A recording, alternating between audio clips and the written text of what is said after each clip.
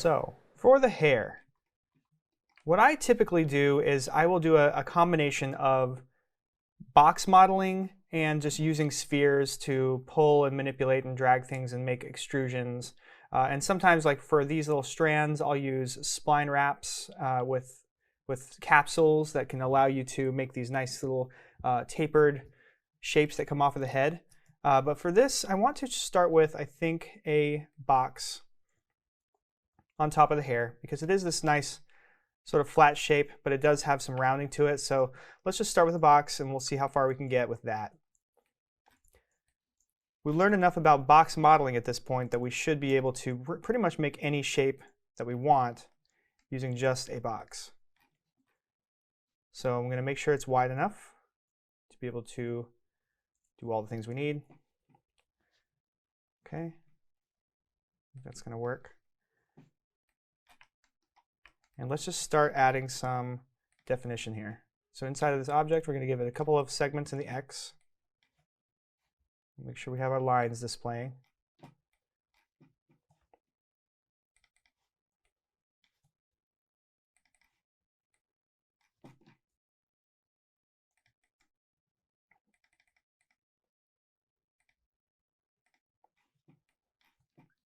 You know what? I'm going to do all this by hand. So let's just make it editable. Grab this front face, do an extrusion, and kind of shrink it down.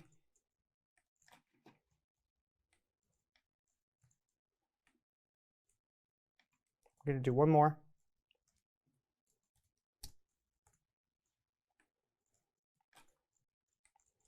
You can see how it's coming up to this tip here. Now let's do one more.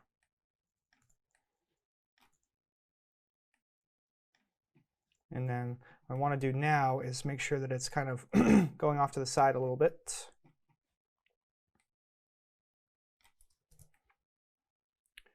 I'm not sure if that's exactly what I want, but I'm going to start adding some edge loops here so we can start to shape this a little bit more.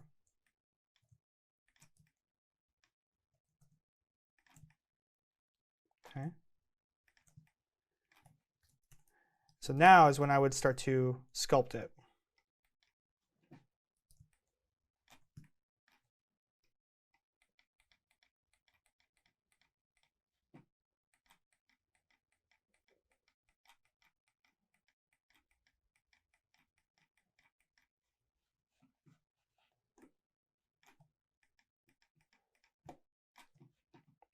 And this may end up becoming very spherical by the end of it. As I start pulling these points and stuff, you'll see that it actually, will become very spherical, in fact. But for now, let's just keep working with this shape, this very simple cube shape. I'm going to grab these four faces here and do another extrusion, making sure preserve groups is on. So I want to get this back side of the head here.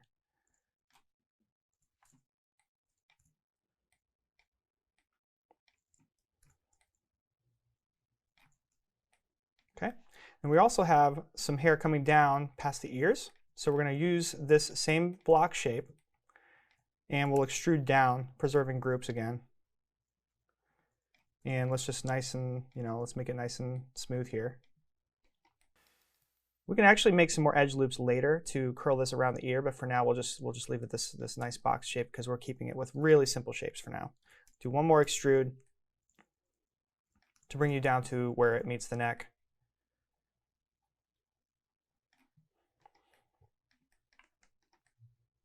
And this is a little bit too kind of weirdly pointed in the front, so I'm going to add some more definition by adding some edge loops.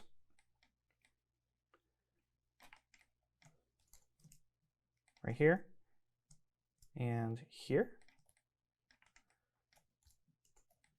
And I'm going to do some sculpting on this, making sure that's not selected. Let me actually do a smooth command, because this will actually smooth out a lot of this topology as well. Should be really nice.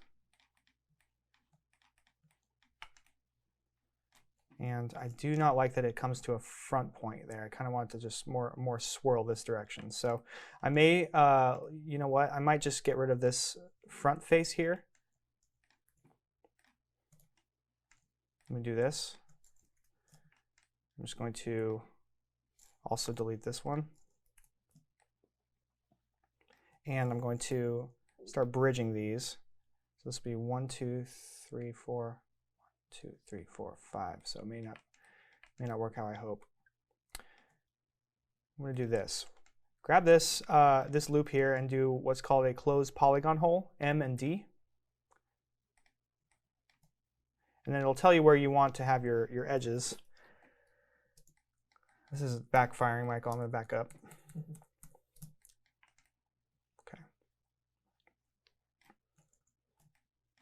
Okay, so if you're not really super happy with the way that this shaped, you can reshape it how you want it just by clicking and dragging some stuff around. I think it's just this top angle. I need to just kind of swoop it over a little bit more. So from this side here, actually maybe from this angle in the top, what I'll do is I'll just grab my brush tool and I'll start to manipulate these points, not with smooth, but with smear. And we'll turn the strength up a little bit by middle mouse button dragging up. There we go.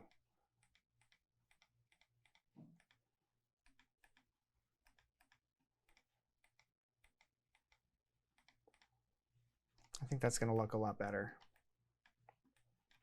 Yeah. And then what we can do is make sure that these points are still out far enough.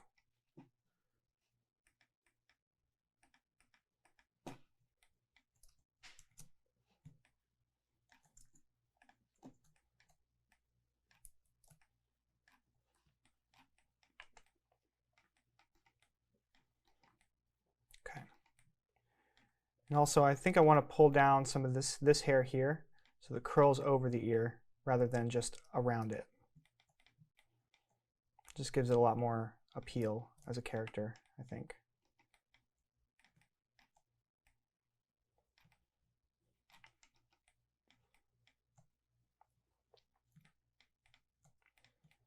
The other thing too is that the hair should curl down in front of the face, not up like this. So I'm going to start grabbing these points, just pushing them down and out.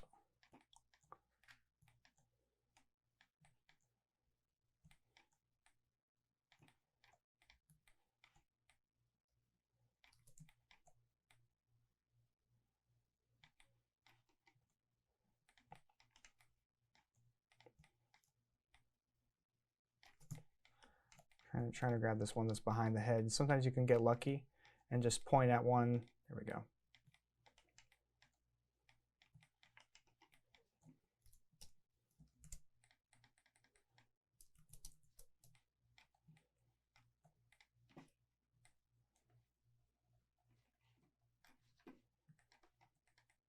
Just going back into the smooth brush and doing a little bit of smoothing for this section.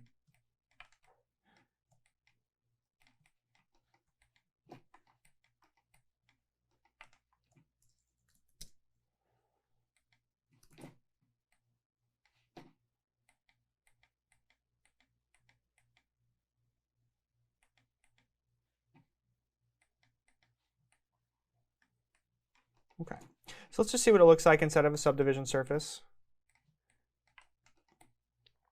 It matches pretty well, but I do want to kind of have this kind of curl down a little bit more so it doesn't look quite so male in the front.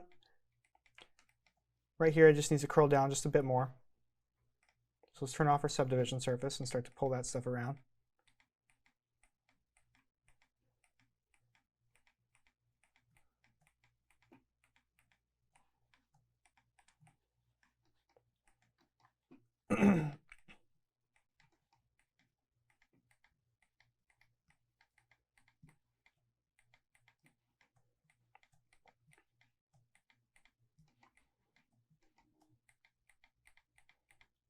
Simple shapes can really take you a long way when it comes to modeling in Cinema 4D and really modeling in any application. You can get pretty far with just some simple shapes.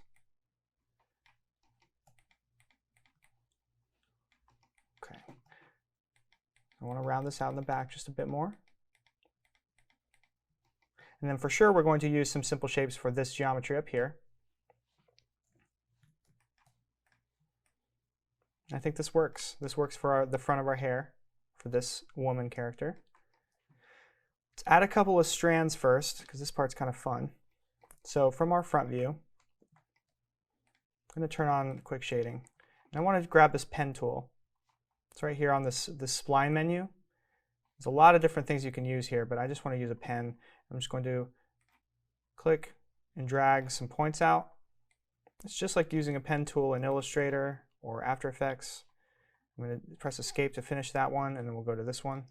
Actually, you have to create a new spline by clicking off of it and going to the other side like this. We can always manipulate these points later, but for now I'm just going to try to follow the drawing as best as I can. It looks like it's kind of far back in my geometry space here, so I'm going to pull it up like this so it's kind of lined up with the side of her head. And I do want to kind of make sure it's right in line with, you know what, I can't really see the manipulator on this screen and I kind of would like to, so I'm going to do this mesh axis center, center axis to.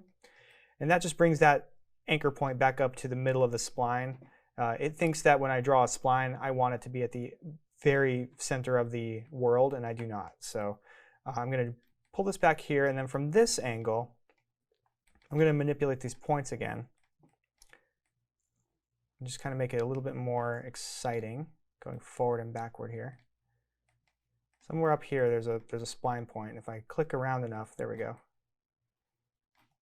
All right, this is looking pretty good. Let's do the same thing with this one. I'm going to center that anchor point. There we go. Make this one a little different. We'll just rotate it out like that, and then I will manipulate one of the points so that it's not just this straight, one or two of the points here. Okay, so we'll use these splines as, we'll just call it hair spline 1, or hair spline right, and hair spline left, to create spline wraps. And this is a really fun thing to do. So I'm going to grab a capsule here. It doesn't really matter where it's at because I'm just going to put that spline wrap deformer on it. It's right under the deformation menu here. Hold Shift to make sure it goes right underneath your capsule. With deformers, you want them to be children of the actual object. So when we do a spline, we're going to grab that left hair spline. And it's obviously way too big, so let's go up to the capsule and reduce that radius down. And it's also going, I think, along the wrong axis. So let's try along the z-axis.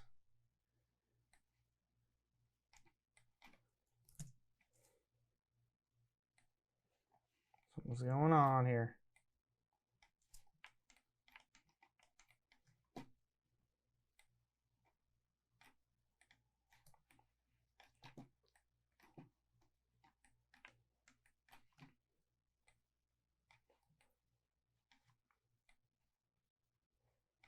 Okay, so it needed to be along the positive x-axis in order for this capsule to work, and also the height and radius needed to be dropped down quite a bit. But you can see how you can just grab a capsule, and you can, right here, this is how many height segments there are. These are the height segments. These are the cap segments. If I increase the cap segments, just the ends get a lot more smooth. The radius, if I make it, 2. That kind of looks pretty good.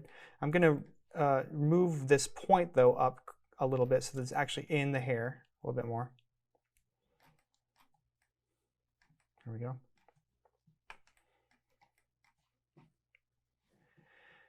And I do want to increase the amount of height segments there are.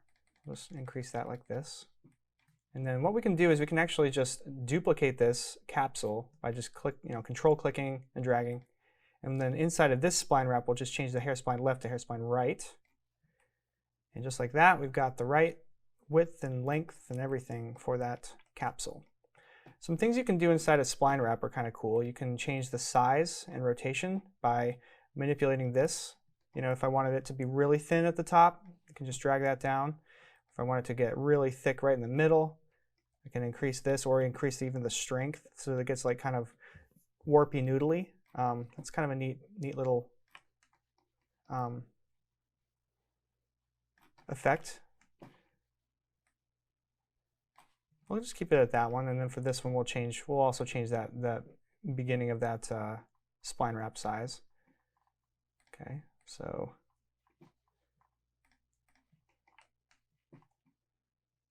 why is it not working though?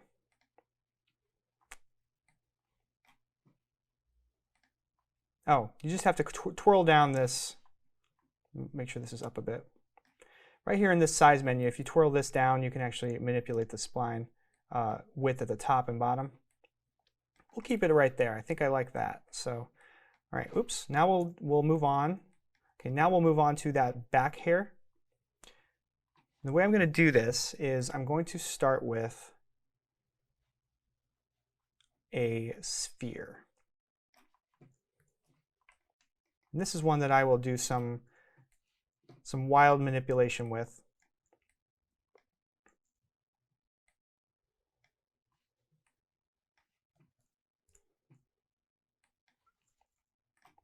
And this is also one that I want to have as an icosahedron. And let's give it enough segments. Let's give it about 50 segments so that I have a lot of information to work with to create this, this really interesting shape. We're going to work primarily probably in this view and the other view so that we have this nice shape information. Got to make it editable. And then I'll definitely be using the sculpting brush a lot.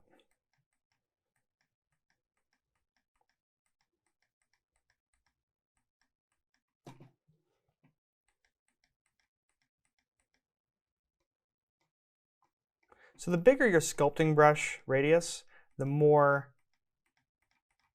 part of the shape you're going to move at the same time. So if I want to get really defined, I would get in there and, you know, like what I'll probably do here. Not sure whether I want to continue it off of this shape or whether I want to make a new shape and just have these shapes sort of combine together, you know, at the ends. So when you render it, you still have this sort of definition in between all the shapes. I think that could work fine. So let's just try that. I'm not going to try to sculpt off of this shape. This isn't ZBrush, so a lot of times what you can do in ZBrush is you can just extend something and then you can re-topologize the whole thing. You know, what maybe I could have done is by taking a metaball object and connecting it together like that, and maybe it could have worked. But let's just try it this way and just see how we like it. I'm just going to hold Control and click and drag just to kind of move this around a little bit. We'll shrink it down. Okay, let's do some shape manipulation here with the sculpting brush. All right, and it's actually, looks like it's not far left enough. So let's do that. Let's rotate it, in fact. I want it to just rotate on that y-axis. Okay, now let's move it over.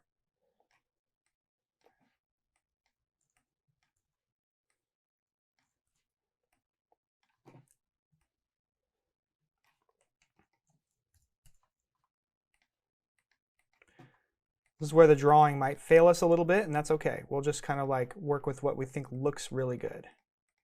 I don't want it to come in front of the hair right here. I want it to be its own kind of like massive hair back here.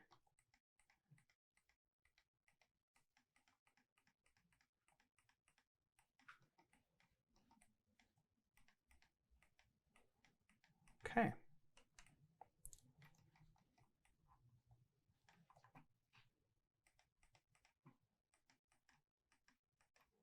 You can see from the front view, this actually looks really nice. You know, it's these nice big bulbous shapes. We've got the back of the hair here, the side and back here. And I think that's working out pretty good. Let's turn the display down so we can see that like this.